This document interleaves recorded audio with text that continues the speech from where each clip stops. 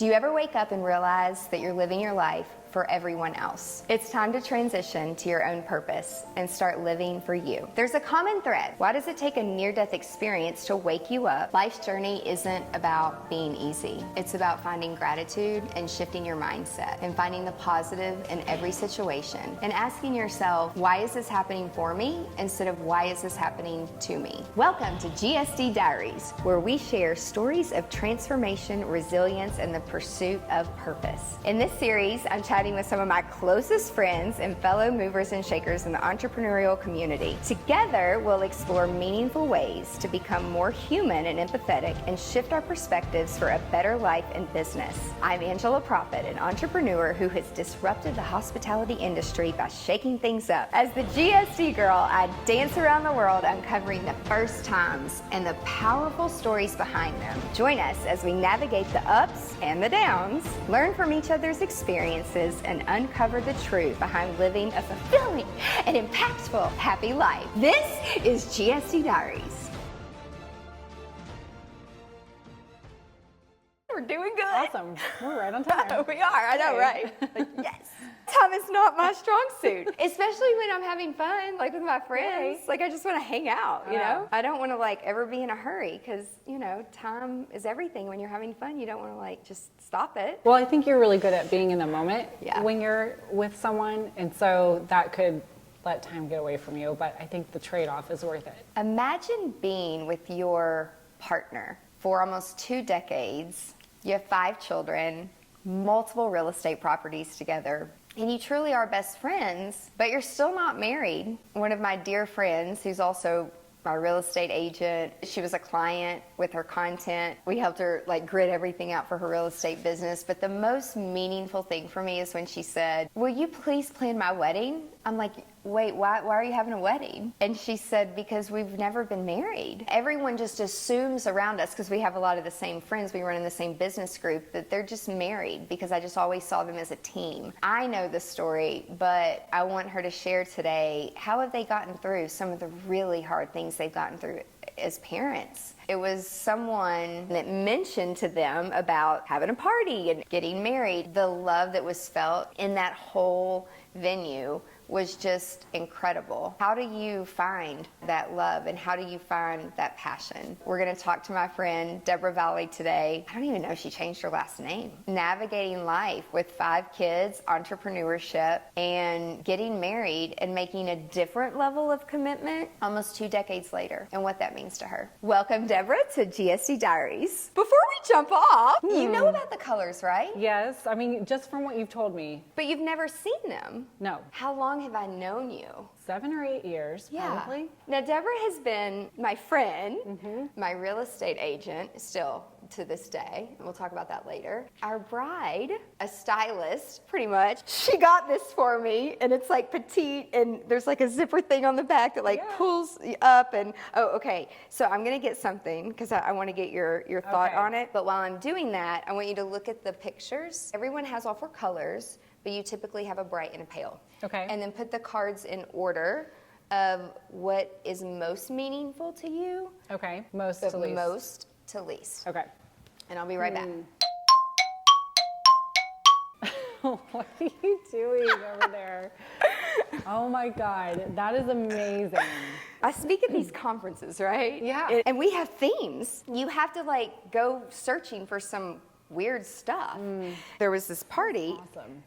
It was a bizarre party. It was like, wear the most bizarre thing that you have. Whenever I was packing for the podcast, I'm like, okay, this reminds me of Deborah.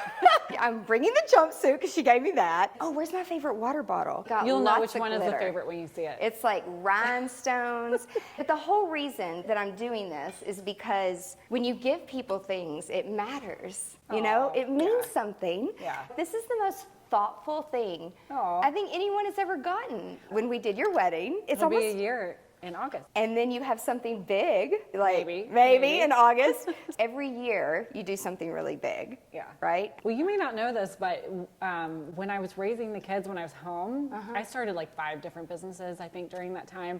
One of them was called Gifting from the Heart, because I really do love You did mention that. giving. Yes. Like, I love finding the perfect gift for someone. Yeah. Yeah. And you're so good at it. And your whole background is fashion. Well, that's my hidden talent, is knowing if something's going to fit someone. Yes. So, But you also know when someone is going to fit into, like, if a house is going to be good for them or a condo is going to be good for them. Yeah. And it's kind of like in wedding land. It's like, just let me do what I do. You don't need to know all the details. Yeah. And it's like, what you do with real estate is so detailed and it's like so meticulous and it's just different. yeah. And you do it that way with everything. And so whenever I was getting ready, I'm like, okay, I have to like get your opinion love it. of this. Well, And I love it because it's comfortable. You can probably wear that and still do what you need to do. yeah, And which is just dance. Yeah. So, you know, so, fine. but you know, I like had a little belt with it and it's only like one size. Like, so my travel husband says that he doesn't like when I get things that are like broomish. Because he's like, this is like a broom if it's dragging the floor. Yeah. And so he's like, you're so short, you know, all this fabric like just completely swallows you. And so I'm like, but I think that this is like fun, you know, to pull off. So I just wanted to get your well, opinion. that color is great on you too. Yay! So it's just something for fun. It just makes me think of you because it's like happy and that. colorful. But every time you give someone something and they pick it up, they think of you. Yeah. And it's like the energy that you bring is just, it's wonderful. And I know that you've been through some hard things. Oh. And I just want you to share a few things about like how you do what you do, because you're a wife, you're a mom, you have 5 children, you are an amazing real estate agent at the very, very, very top of Nashville's market, y'all. If you need an STR short-term rental, she's the expert. And I learned so much just by like working with you on like your content and mapping it all out. The audiences and the people and all the questions. Like, I think wedding planning sometimes is like overwhelming with all the questions, but I'm like, and I am that client. I am, you know, asking the same thing too. And so I just wonder sometimes, I sit back, I'm like, how do my friends do this sometimes? Yeah. You know, it's like, what is the one thing that you do for yourself that you know, like, I have to do that, because if I don't, I'm not going to be able to be the leader and the mother and the entrepreneur and that I am really built up to be. Well, I've definitely learned to do more of that. The busier I've gotten in life, you know, I'll do the work, the crash, you know, and then I need like 3 days just off and like to recover. So instead of doing that, I've learned, especially as a real estate agent, it takes a while to get used to the fact of, oh, on a Tuesday at 2 o'clock, I may actually not be busy, whereas everyone else is maybe working. Right. But on Saturday and Sunday, I'm working. Yep. So it's okay if on a Tuesday afternoon, that's when I can go get my nails done, Yep. or I can go, you know, go work out. So Yep. it was like a mindset shift of, it really doesn't matter what day it is, what time it is, just when I have time, that's when I plan it out, because you have to plan it out or I won't take the time. But I had to learn that really quickly Yep. in my real estate career, to just take the time and not feel guilty about, you know, resting in the afternoon during the week when everyone else is working, because I'm working on the weekends Right. and in the evenings. And it's fascinating that you say that, because with planning and traveling, it's like, I never know what day it is. I don't even know what the date is half the time. And that's so foreign to so many people, and especially moms. And my friends and even my sister, they're like, you don't understand, you don't have kids. And I'm like, but it's a choice to live either with the kids' schedules, but if you're working and you're running a business. Well, I will disagree with you a little bit on Yeah. that, because the kid's schedule is what it is. We don't have control over what the school says, you know, when their concert's going to be, when their practices are going to be. So you have to flex. As a mom, you just make it work. Yeah. And you're just going to have to figure it out. Yeah. Now, do you also have to learn how to make things a priority for yourself so you don't get lost in it? Yes, but I will say my youngest, you know, I do have 5 kids, but my youngest is 9 now. And I really struggled being a stay-at-home mom. I was a stay-at-home mom for about 10 years. I can't imagine you staying at home. Well, exactly. Moving and shaking. It was very difficult because I came from a corporate background. I was a global sourcing manager, traveling overseas 25% of the time. And so I went from that to staying at home when I had my second child, and which I wanted to do, but it was really hard. And I had no idea how hard it was going to be, how difficult it was going to be. And I would say when my kids were, 6 and under or 10 and under, I was just in my bubble. Yeah. I was just surviving, and it was really, really difficult. Yeah. And I couldn't, at least at that point in my life, go get a massage. Right. Go get my nails done. So it's timing. That was just not going to happen. It's more, it was just about that phase of my life. I was a mom to my kids, and while I was in it, I kind of fought it a little bit because I felt so lost as, an individual. But I will say, everyone told me it's not going to last forever. It's going to be gone before you know it. This phase is going to be gone before you know it. But when you're in the middle of it, you're kind of like, can I cuss? Of course. You're talking to me. Well, I don't know. GSD gets you done. When I was in the middle of it, I was like, fuck you, man. I am miserable. Tired right now. and dying. I'm so tired. I don't even know how my hair's not done. What am I wearing every day? Like, who am I? Right. I'm only a mom. I'm just cleaning, and it's never ending, and it's constant, and then everything's a mess again, and I'm doing it again the next day. It was very difficult for me. And so I would say I have a lot of compassion and empathy for moms, parents, dads, whoever's home with the kids full time. Like, it is not easy, and when they're little like that, you're just surviving. Yeah. And it will go by quicker than you know. I'm really glad I took a lot of videos because I actually can't even remember a lot of that time because I was just in survival mode. Yep. My husband is an entrepreneur, and so he was working his ass off, on the businesses. I was keeping it, holding down the fort at home. And so, I'm very thankful for the videos, but I would say, You hear that? I don't. Video's important. Yeah, they are. But I don't ever tell someone, it'll go by so quick before you know it. I say, I know it sucks right now. Yeah. That's what I say. I know it sucks right now. Yeah. I'm sorry. I feel your pain because there's nothing you can do to make it better. Yep. And see, I can feel the pain, right? Yeah. Because I don't have children. Which is, but instead of saying, oh, it'll go by, it's like I'm like I can't even imagine. Yeah. Because no one can imagine how the travel isn't as sexy as it looks, right? Right. It's tiring. I mean, no one knows unless they've been in it, but also, I think even if you've been in it, don't assume that someone else's situation is the same. Like, we don't know what someone's going through every day at home. So you said it a minute ago. You said my husband. Yes. And who I met Matt before I met you when we were in. It was definitely at an EO event. Yes, it was a Nashville event. We were sitting at an event though. It was Nashville. And he sat next to me. Yeah. And we just started talking about family and kids, and everyone just assumes that you and Matt are married. Yep. And you go to events together. You have 5 kids. And it's not really talked about. And people don't slow down sometimes and ask why. And I don't care, it's like I didn't really ask why. And so I get this text one night, and I thought it was about a house that was on the market, and it was like a hot deal or something. And you were like, I have something. I'm like, okay, yes, let's hop on the phone. And she's like, we are going to get married. And you're like, what do you mean, like renew vows? I'm like, no, we're not married. Yeah, I'm like, wait, what? We've been together for 18 years, and we're not married.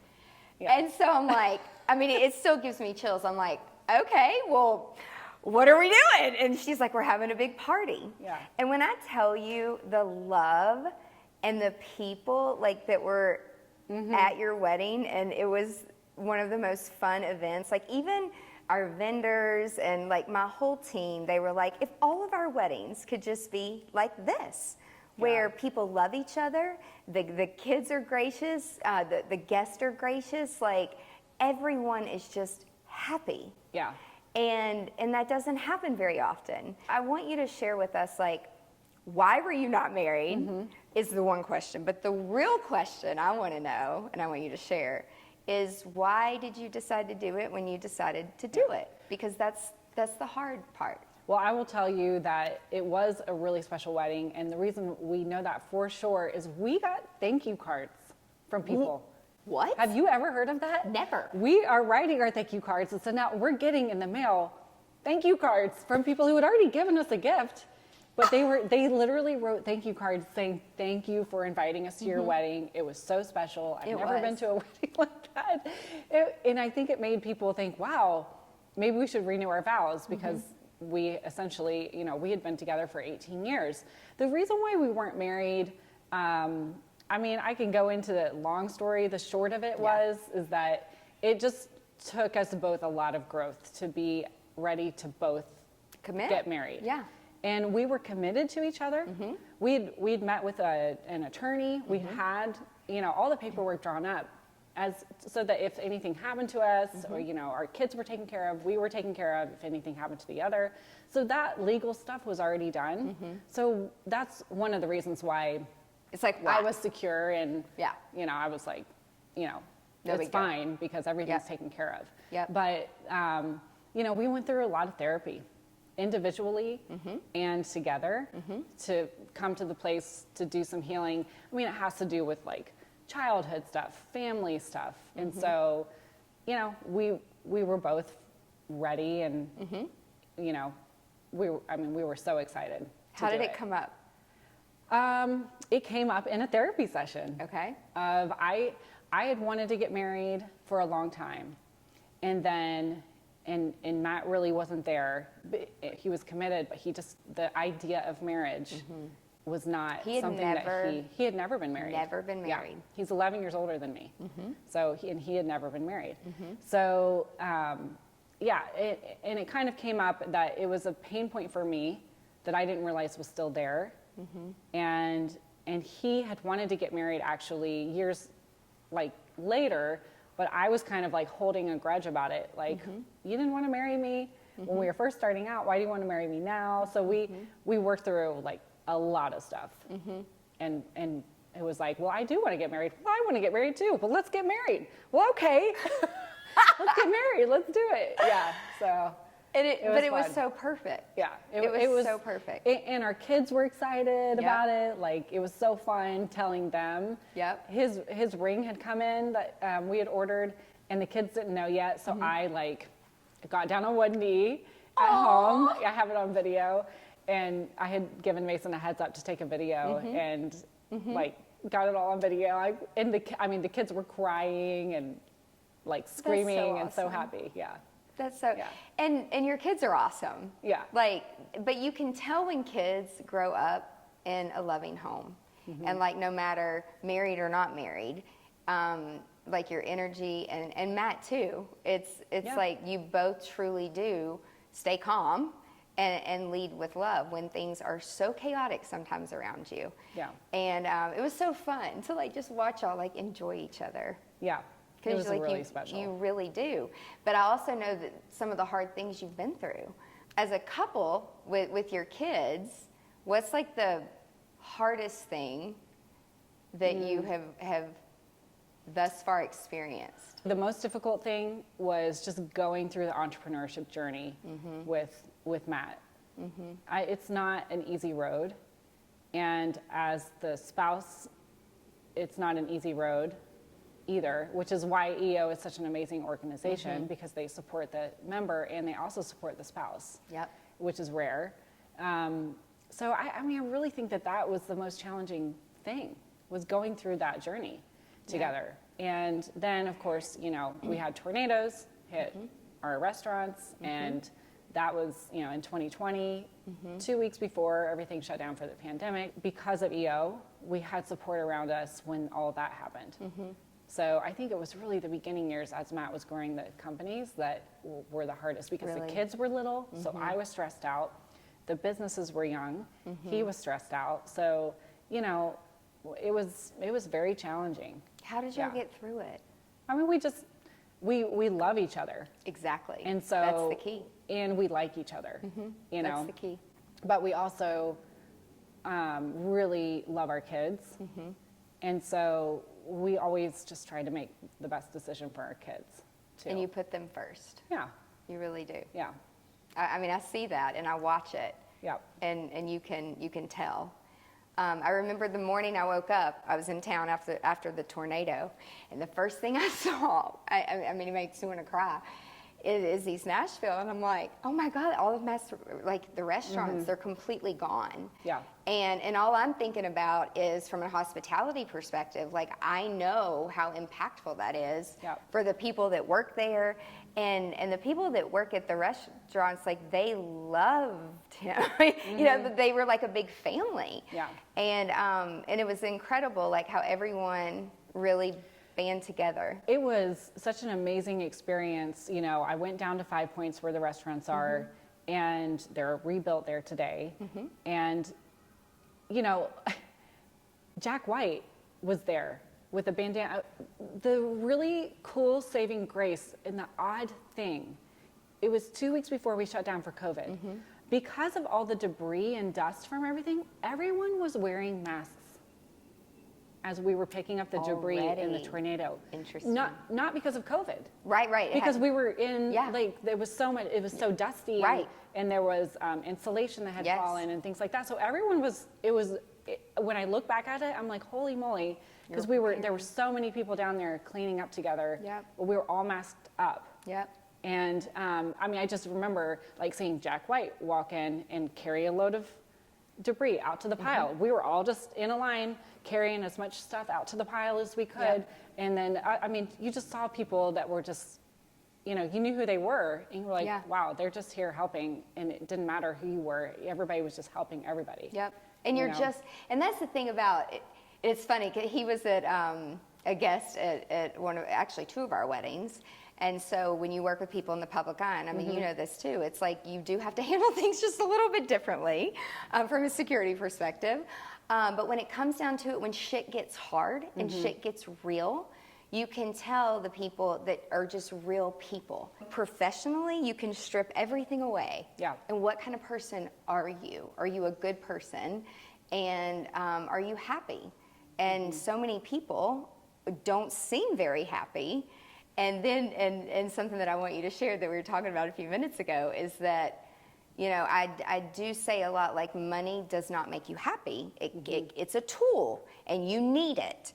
But being around, and we have both worked with probably thousands of families at this point, you know, selling homes and all the real estate stuff, and then all the weddings and the events and the birthday parties, and it's so emotional, and something that should be so exciting to buy a first house or have your first wedding. Some people have more than one, that's okay. But like, it just seems like it's such a stressful time for some people. And so sometimes money can cause more problems than it can good. And so that's what I look at when I'm, not that I'm ever judging people, but it's like, what's inside there? You know, like what's beneath all of that? Because when shit gets real and hard, who's gonna be there for you at the end of it? Money's funny, right? We have all this emotion tied to it. And so I know I'll argue with people if they say like money doesn't matter. I'm like, well, but if you don't have money, it does matter actually. You're right. Money can't buy you happiness, but I'm a lot happier when I have food on my table. I'm a lot happier if I have a place to live. I'm a lot happier if I have clothes that fit me to wear, right? And so, I mean, it doesn't buy happiness, but it does buy you the things that can help you be happy and comfortable and live a life. So I think what you're trying to say is and what you mean is the idea behind it, that, once you have all those things, who are you as a person? Once you have all those things kind of taken care of. And I agree with you. It really comes down to, we're all humans. You know, my past life of global sourcing, you know, dealing with people, I was in China and India and Colombia, Peru, you know, I was all over the world. And it really does come down to, we all need food, we all need shelter, we all need to go grab lunch, you know? And so you see that people are really similar, and we all have these basic needs to be met, but then who is that person after those needs are met? And you've mentioned it a couple times, like through therapy and working on yourselves and then working together. Yeah. And I would say that, I don't have that same experience, but some couples can't go together. And that's where sometimes, For years, I went to therapy by myself. Okay. I will say that. I think we have to take care of ourselves. And if the partner won't go, I'm going to open it up to the partner, right? But if the partner won't go, then I have to make a choice of what I'm going to do. Am I going to work on the things that, it's not like it's all one person's fault ever, right? So, yeah, I think I'm big on taking responsibility for yourself because you can't, if you need someone to meet your needs, that is not healthy, right? We have to meet our own needs. And then, yeah, we can be there for someone else and support each other in a healthier way versus, oh, I need you. I need you to be my support. I'm not strong enough. Well, why would I put that on someone? Right. Right. That's not fun for the other person to always have to be the strong one. Right. So. But you all are both incredibly self-aware. Yeah. And you understand that. Yeah. But it's like. Because of therapy. Exactly. It's like, how long did it take you to get there to know? Sheesh. So I'm also big on the difference between a therapist and a counselor and a coach. Oh, tell us. Yes. Okay. So when I was in my 20s, for instance, I saw a therapist and she was amazing and really helped me get through some insecurities that I think we just have as 20-year-old women, you know, and women in our 20s. Yeah. And so I actually got to the point where she was like, okay, you don't really need to come back regularly anymore. That's nice. You can, just as needed. Let's just schedule as needed. Yeah. I saw her for a couple of years. I was like, oh, cool. Did I just win therapy? That's awesome. I think I just won therapy. But then I got to another point in my life where I was like, gosh, I need some support again. And I got a coach who actually spoke at our wedding, did a reading at the wedding. She did. And what I learned working with her name is Paige, is that the difference between a therapist and a coach is a therapist you might have this door, okay? There's a door. Let's talk about the door. What color is the door? What does it feel like? How does it sound? What kind of knob does it have? What are those hinges? Who made this door? Where did it come from? How long has it been here?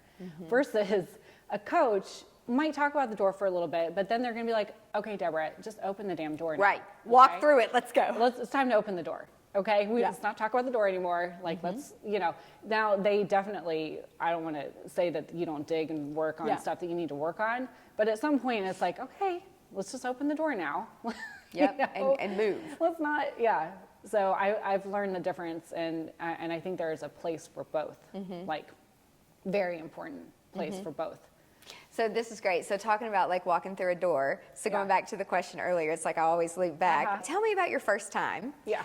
And then I'm quiet, and people are like, what are you talking about? What? Yeah. But the first time you did something new, a very first experience, and you felt happy, and you felt fulfilled, and you were good. When's the last time that you can think? The last time or the first time? Well, the first time that you had something. Oh, gosh. The most recent experience. Oh, God, it's I have to be careful. Wait a minute. Do you want the first time I've had that experience, or do you want my most recent? Recent. Okay. See, this is good. Clarify. Okay. Most recent. I'm like, gosh. When I was a kid. Recent first time experience that made you really feel happy. Okay, I'm with you Yes, now. that's a good way to say it. I'm most recent first time. Okay. It might have been the wedding. Yeah. Because that was something. That's what I wanted you to say. Okay. It's not that it's the wrong answer. That's what I wanted you to say. Okay. That's the first thing that came to me because that is such a unique experience. Yeah. I'm not going to be doing that again. Right. And so, it was amazing. Yeah. It was everything I wanted it to be. I was so happy with how everything turned out. I was so impressed with the professionalism of your team. Holy shit. A great team. Wow. Thank you. And Matt said the same. He was like, because you are such a charismatic person, right? You bring a lot of energy to the table. But I think what I tell people behind your back is that what's happening is you have 100 thoughts going on in your head. You are trying real hard to only get out 1 or 2 because people cannot keep up with you. You move so fast. But that is evident when you go to an event because all your little thoughts, all of your big thoughts are dispersed through your team. And they are all implementing all the things. And I mean, and your team is amazing and they bring so much to the table. And so it's like, that's what I tell people. I'm like, yeah, she's a mile a minute because she's so smart. Her brain works so fast. And I think once you, at least that's been my experience. So that's why I tell people, they're like, oh, I'm like, yeah, just wait. just wait till the event and you are not going to believe what they pull off. Like there's you just so can't many comprehend things. it unless you do it every day. It's like there's so many moving parts to these things, and I don't expect people, to really understand. But it's just like, doing the simple things sometimes. It doesn't feel fulfilling, or it doesn't feel like it's good enough because we operate it at such a high level of a million things have to get done in these 12 hours. And it has to be perfect, guys. Like, we don't get a redo here. Right. It's got to be perfect. Right. But over the years, and going through, I think back to 2010 when it flooded.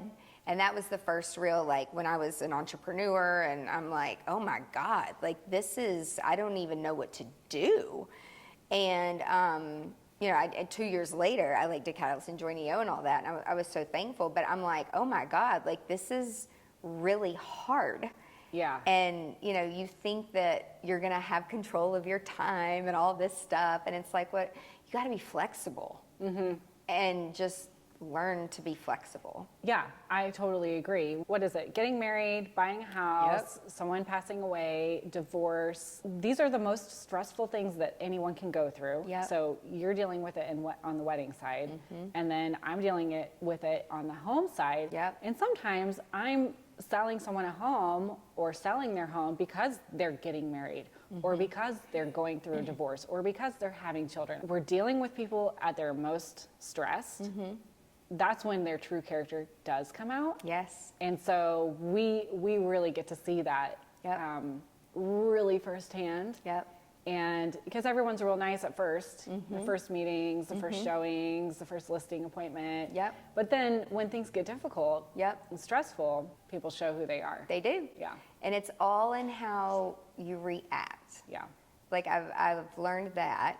And in fact, I brought these because this is just funny, y'all. This is just funny. Like when I tell you the amount of patience this woman has, and I'm patient, it's with my clients and Absolutely. And now with content, what's so fun when people are like, oh, but all my content stuff and like my podcast and all this, like, and you did it. We went through a whole day spent together, and I'm like, here's your categories, and this is what we're doing. And then I have people come back and they're like, well, I thought about it some more, and you're probably going to kill me because I really want to change my mind. Now, if you were a bride, or getting married, like that's very impactful from a time perspective because we have to redo everything. So we had to start charging for it because it involves so many people.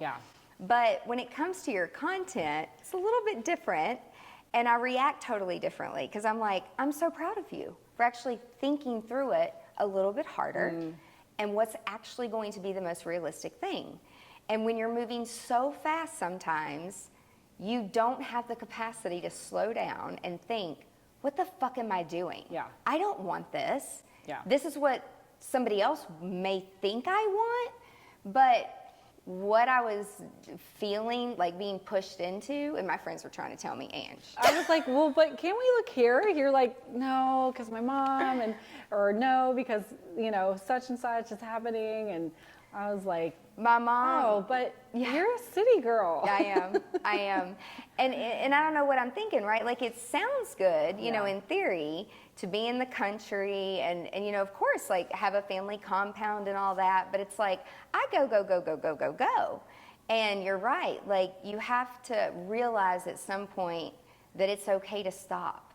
And even though, I think this is so funny. It says 2021.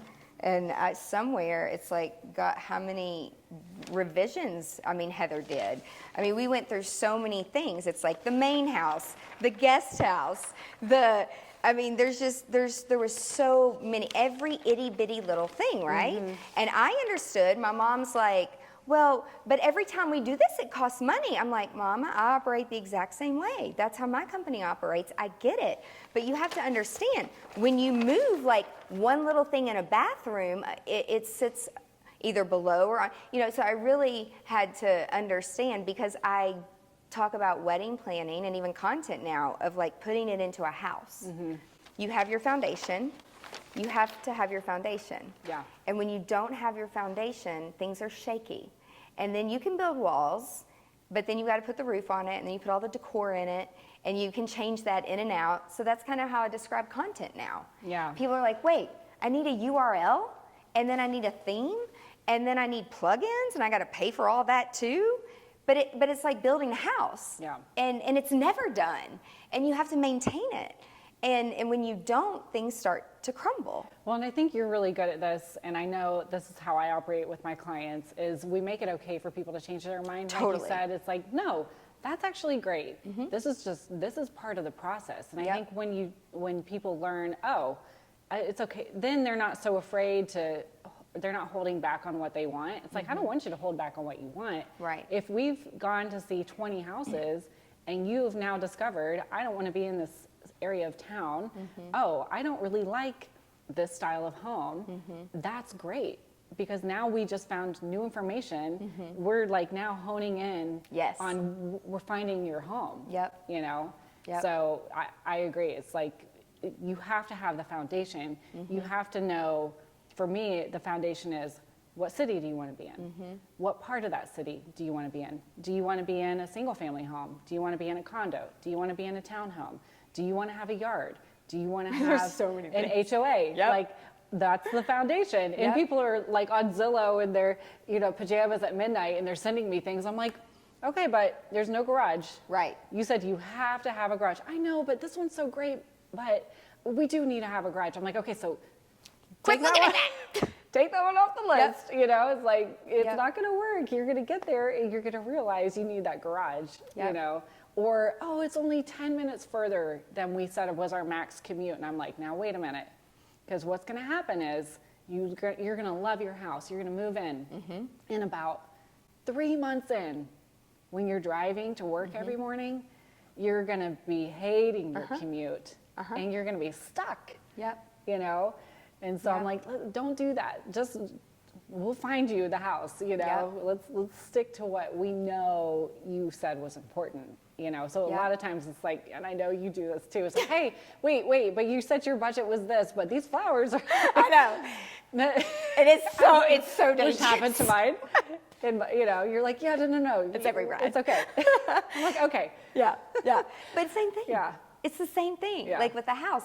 But you really start to think about, it's a big investment, it's a big move, and when you don't sit still and think through everything, and that's what COVID did, like it forced us to sit still. And I thought about it, I just want to finish projects. I have a starting point and ending point, and I need that for project. Like I realized it about myself. One of my friends who was my owner's rep, he's like, you're not going to do this. Like, what are you doing? And I'm like, I think I'm just trying to please my mom. I think I'm just trying to please my family, and I need to stop. Because what I realized in like talking to all my friends who have land and they build these big family compounds, and nothing's ever easy, but when you want something different and something's more, there's more out there, it's like, don't just fit into the box because there's more out there. And if you just fit into the box, all that may be taken away, or you might not get that opportunity. Well, this is our life right now, and we are in charge of what our life looks like. Now, we may have been handed some cards and dealt some cards that we didn't have control over. But once you hit a certain point in your life, it's now your turn. Yep. You're now the adult. Yep. So actually take responsibility. This is now your decision. Do you want to live there, or Yep. is that something that your family member has always wanted? Yep. And are you living their life? Exactly. Are you the supporting character in their story? Exactly. Or are you the main character in your own story? Yeah. And that's so powerful, because I think I realized, like, laying in a hospital bed thinking, like, I'm going to die of COVID and I'm going to be alone and I can't even be with my dogs and my mom can't even bring me soup. Why am I doing all this? You know, like, what is this for? Yeah.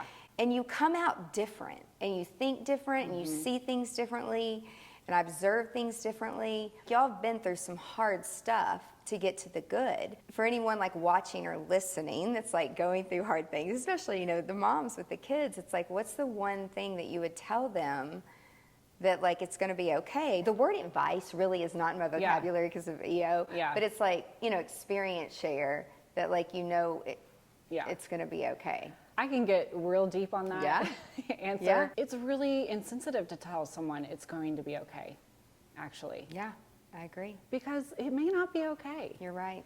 You're so right. If they aren't okay with the situation, it's not going to be okay. Yeah.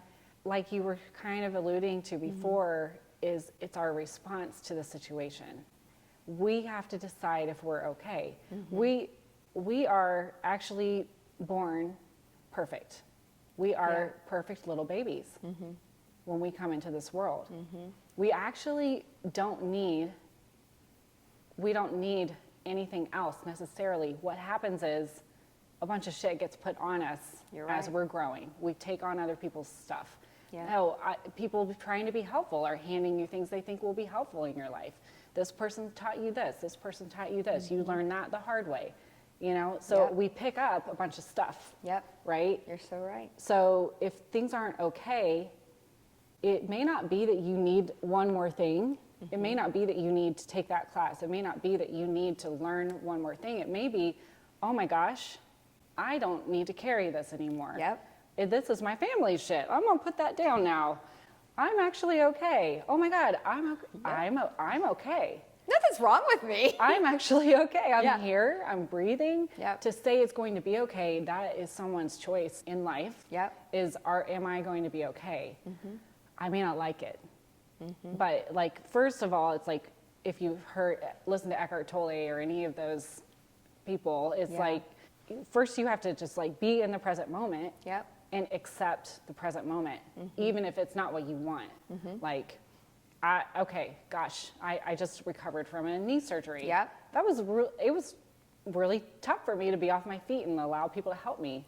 And it was like, okay, well, Deborah, you have to recover from this knee surgery. You don't. I didn't really have a choice as to whether or not people were going to be able to help me. I needed help. So I was like, all right. But it's hard. This is what it is. I have to accept the current situation. Now, how am I going to react to it? So I think to tell someone it's going to be okay is like, because if someone tells me that when I'm in the middle of it, I'm like, you don't know if I'm going to be okay. You know, it's yeah, I don't know. So I can go like all day on and you said something earlier that was so important, because it's like, even if you can't empathize with someone, being on the same level and saying like, it sucks, I know. And you put yourself in a headspace of, you know, thinking of like the hardest, suckiest moment, and then you can feel it. It's like, when I was married, he was in the military, and I didn't know what any of that meant, and I didn't know what I was signing up for, and I wasn't prepared. And I realized I was never going to fit that mold, meeting all those wives, and I knew it pretty instantly. I just stuck around and stayed around, but it's like, why? Because my parents wanted me to stay married on paper, because the church says you're supposed to do that until life and death. It's like, no, I wasn't going to be okay if I didn't do something different. And sometimes people get mad at you, but why? It's my life. It's your life. I think people get mad at us when we go against maybe what's expected, because they really didn't give themselves the permission to also do that. And they're like, well, if I couldn't have done that, then why can you? No, you have to be miserable too. You know, if we do something different, it's showing people, oh, maybe they could have made a different choice. So it's, you know, when people react and people get angry, that 100% of the time has to do with them. I have no control over your reaction.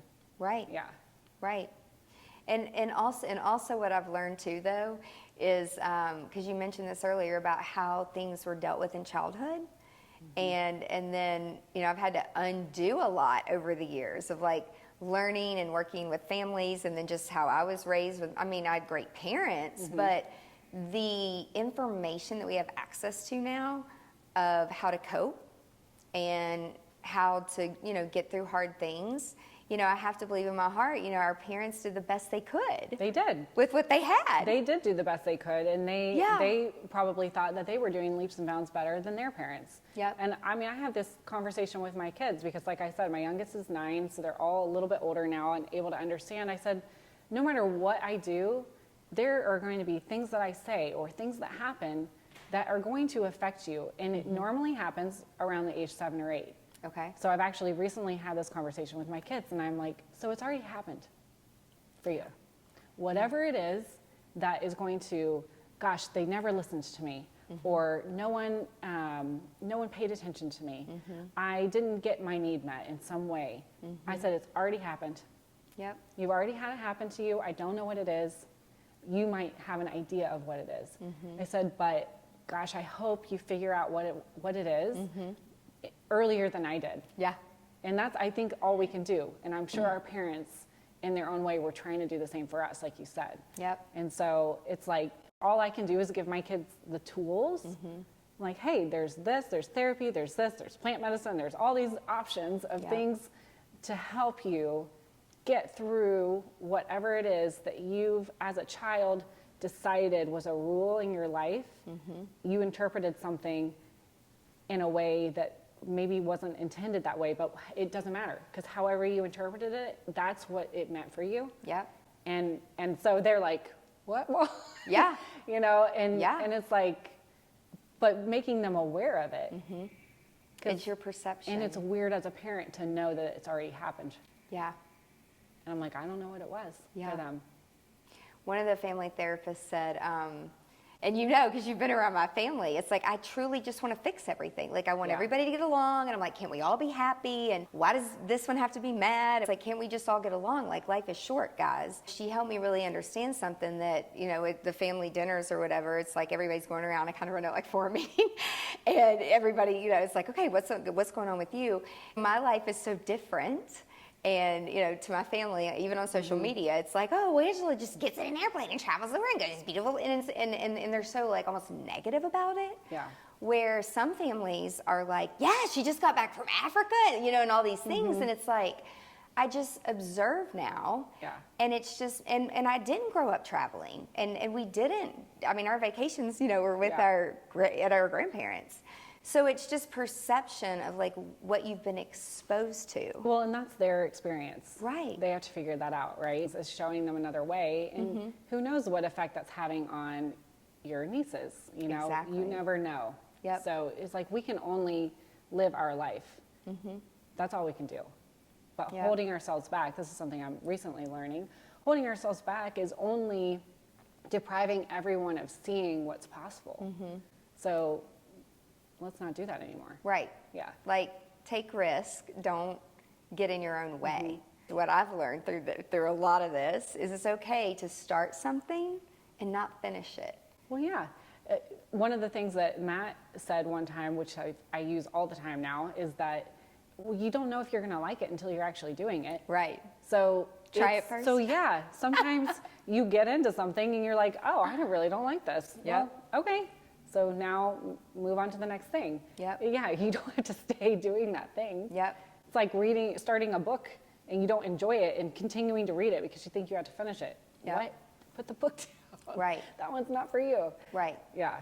And sometimes, like, the time that I see now, people, in my opinion, it's like, this is such a waste of time. But I've had to realize you have to just sit back and watch. Like, they have to feel the pain first before they're going to listen. And it's not your job to fix it. Well, in us trying to fix things, because I did the same thing. Me trying to fix something for anyone in my family is telling them that I don't think they're capable of fixing it for themselves. So they're never going to learn how to fix it. They think I don't think they can even do it. Wow. So I am not helping anyone by fixing it. I'm telling them I don't think that they can. when Wow. it's actually the opposite. I think that they are amazing. I just want it to be great for them, right? Yep. But what they're seeing is, oh, mom doesn't think I can do it, so she's coming in to try to help me. Interesting. And it's so hard. It's like, yep, go, like, write the essay. And then if they're like, Mom, will you look it over? Of course, I'm like, So yeah, if they, I'll so help if they you ask, if they ask for help. that I opens will- that door. But it's like, what kind of feedback do you want? Do you just want me to check for the grammar and spelling on this? Or do you want me to, are you asking my opinion on the subject matter of this essay you wrote? You know, it's like, what kind of feedback do you want from me right now? Yep. Do you just want me to read it? Yep. And that right there, like, that's just who you are, like, as a mom. Well, because I've learned. Right. But yes. But when you don't ask your kids questions Yeah. and you make all the decisions for them, anxiety happens even when I'm like, what do you want for lunch or dinner Oh, to yeah. do? It's like, well, my kids will see this and they'll be like, Mom, you don't do that half the time. And I'll be like, I know, but I really am trying. Yeah. You know, Yeah. I mean, we all are living a life and we're having a human experience. So Yep. we're going to do Yep. human things. we're gonna mess up. human. Yeah. We're human. Yeah. Asking for permission or waiting for someone to ask you for help before Yes. giving advice really is not in my vocabulary because of EO. That's crucial. It is. That's been one of the biggest takeaways. Crucial. Sometimes it's so painful, like, to sit back and watch because, like you said, you know what's happening and you know what's going to happen. But I will say, we know what's going to happen based on our own experience. Exactly. Yeah. What if Yeah. that's a new way to do it? What if they need to make that mistake? What if that is going to be the biggest life lesson they learn and it's going to catapult them? We only know it from our perspective. We actually don't know. I mean, some things we know, but Right. but it's like we don't know if that's just an experience they need to have. Right. And every experience shapes you into who you are. If you could take back any of the, like, the tornado or some of the, like, hardest things that you guys have overcome, like, as a couple and parents and a business owner and a leader, like, would you change anything? I don't live my life like that. I don't. There are a ton of mistakes that I've made in my life, and my only regrets are when people got hurt by my mistakes. So those are regrets. But they were huge lessons. And so I wouldn't necessarily change anything because I like where I am today. But I definitely, that would be the thing I have trouble putting down is if I hurt anyone by my decisions, I hate that. Yeah. That's the last thing I want to do. The biggest shift that you have, like, seen in yourself, like, over the years. Yeah. It's like you go from mom to traveling so much, and then you made the decision to get into real estate. When you do something, you're the best at it, and you do it well. And how did you make that shift of, okay, I'm not doing this anymore, I'm going to do this now? Like, did it just naturally happen, or was it more planned? It kind of naturally happened with real estate because Matt and I were investing in some of our own, like, rental properties. So I was getting involved with that, and it was one of those, maybe I should get my license to kind of just help us buy homes, which I think a lot of people think that's why they're going to get their license, which doesn't make sense to do, by the way. Yeah. 'Cause it's really Top expensive. tip. It's expensive to get your license, so it doesn't make sense. Just get a realtor. But, but then as I was taking the class, something clicked, and that's how it just happens for me. That's when I knew when I was in college, I heard about an internship in the global sourcing department at an apparel company, and it just clicked. I was like, oh, I want that. And so that was the same thing that happened with real estate. I was sitting in class, and I was like, click. I was like, holy shit, I could really do this. Like, I could really knock this out of the park. Yeah. And so I did. That's just, for me, that's how it happens. It's just like, like something's presented to me, and I'm like, oh, that's exactly what I should be doing. Yep. Yeah. And at first, Matt was like, I didn't realize this was going to be a full-time thing. And I was like, sorry, like, I love this. Yeah. So this is what I'm doing now. Yep. And you're hooked. Yeah. And he supports you. And I actually asked Mason, who's now 19, he was 14 at the time, I asked him, I'm like, hey, I am not home as much as I was before. Yeah. I'm doing open houses every weekend. Like, is everybody okay? Are you guys okay? And because Mason and I were like, it was just us until he was 5. And And he was like, Mom, oh my gosh, you're so happy. It's so fun to see you doing something that you love. He's like, you are so happy. And I was like, okay, all right, everybody's okay. Aww. Like, this is good for my kids to see their mom be happy and, Yeah. you know, doing something that she loves. But I was like, yeah. are you guys okay? Yeah. It's so interesting. We did a Lifeline with my family for Thanksgiving. Wow. And we do it in EO. And when we did it, I knew, but I wanted to try to get some like things and stories like out of my mom and stuff. Because I really needed a parent. Like, I don't remember some of these things. There's a theme that I found in going through it where it's like your daddy was always gone, your daddy was always traveling, your daddy was a weekend dad, your daddy was never there, like all these things. And that was like the theme through it. And then my brother's wife, she doesn't talk a lot. She's an attorney and she's very like detailed. And she doesn't say a whole lot, but when she does, it was so powerful because she said, I never saw it like your mom saw it. Like my parents were gone all the time. That was the plan. My parents both worked. All three of us have master's degrees. None of us are in debt. It was planned that we were going to live close to the parents and the grandparents were going to help and raise, and it was all a plan. And we didn't see it as, oh, our parents were never there. It was like, no, our parents are working so that we can have a better future and a better life. And that's all perspective. Yeah. It's all perspective. Yeah. And it's just so powerful when you ask a child something and they respond like that. Well, my parents, I grew up very, like, I wouldn't say we weren't poor because I've seen, you know, poverty, and that is not how we grew up, but we were definitely lower middle class. And our car was rusted out. Like, we could see the road when we were driving. I remember I would duck my head when we'd pull into the school. I was embarrassed. Oh my gosh. Yeah. So, you know, we couldn't buy things that we wanted necessarily. But growing up, so my dad, he was a meat cutter for 13 years in a grocery store, okay? But then a friend of his showed him this opportunity to start to go into sales, sell long-term care insurance of all things. Okay. And he studied, my mom helped him study, and this was around when I was like 10, so this is what I'm seeing, right? So my dad studied, he got his insurance license, and he sold long-term care insurance, and all of a sudden, that Christmas, I got Eastlands, which was like the shoe. I right? remember. And I felt like I was the only kid in class that didn't have Eastlands. We got a Super Nintendo. Oh my gosh. It was a big deal. Yeah. So what I saw was, and we went into the shoe carnival and got the buy one, get one. We all That's got awesome. shoes. You get a shoe, you get a shoe. Like, That's because there were awesome. 4 kids, and so we all got 2 pairs of shoes. Aww. It was like, I got the Mary Janes with like the, you know, the ribbon. Yeah. You know, and the shoelace. I remember this vividly. Yes. So this was a huge, to see, oh, you can change where you can go from there to there. Oh, wow, that's cool. So that was a huge life lesson for me.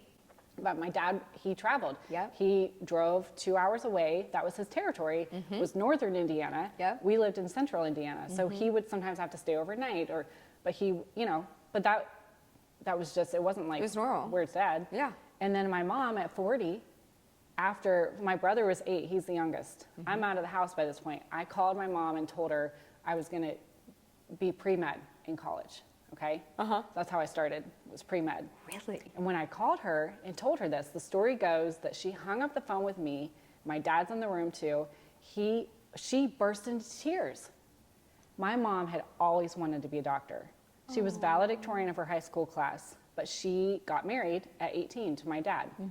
And my dad was like, what's going on? You know, she's like, I think I wanted to be a doctor. And he's like, why can't you can still do it. Right. Why can't you do it? My dad's like, huge motivator. You can do anything. And he was like, you can do it. Yeah. Go to school. Yeah. She had never been to college. She had to start at Math 001 because it had been so long since she'd ever taken a class. They made her start there. Oh my gosh. And she, in 4 years, got her bachelor's degree in science. She got into medical school at IU School of Medicine and became a doctor, did her recitation, all that stuff, became a doctor at 51. She went to college at 40, was a doctor in MD by 51, and she was a beloved family practitioner because she had real world experience. Yep. So I this is my life. This is what I got to see. That's amazing. So that's why when people are like, why do you just go for it? Blah, blah, blah. I'm like, well, that's what we do. Right. Why can't you do it? There's no reason why I can't do it. Right. You know, I got to see all this. Yeah. You know, so I mean, I'm very thankful for my parents. That's like, incredible. Giving that kind of example. Yeah.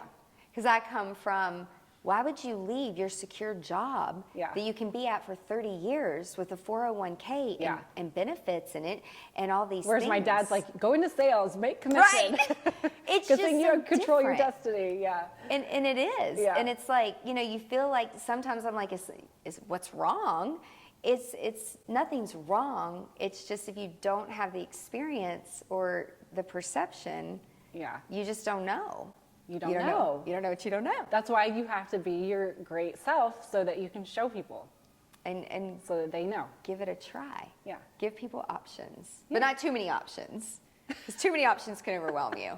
If people want to follow along, y'all have to go follow her, okay? Because like she is consistent and the content is so awesome and we it's have fun. We have fun. Yeah, Brant Lyons and his team, they are amazing. Yeah. Stay on Brant. I will give them a plug. They do a fabulous job. Yeah. We have too much fun actually filming our content.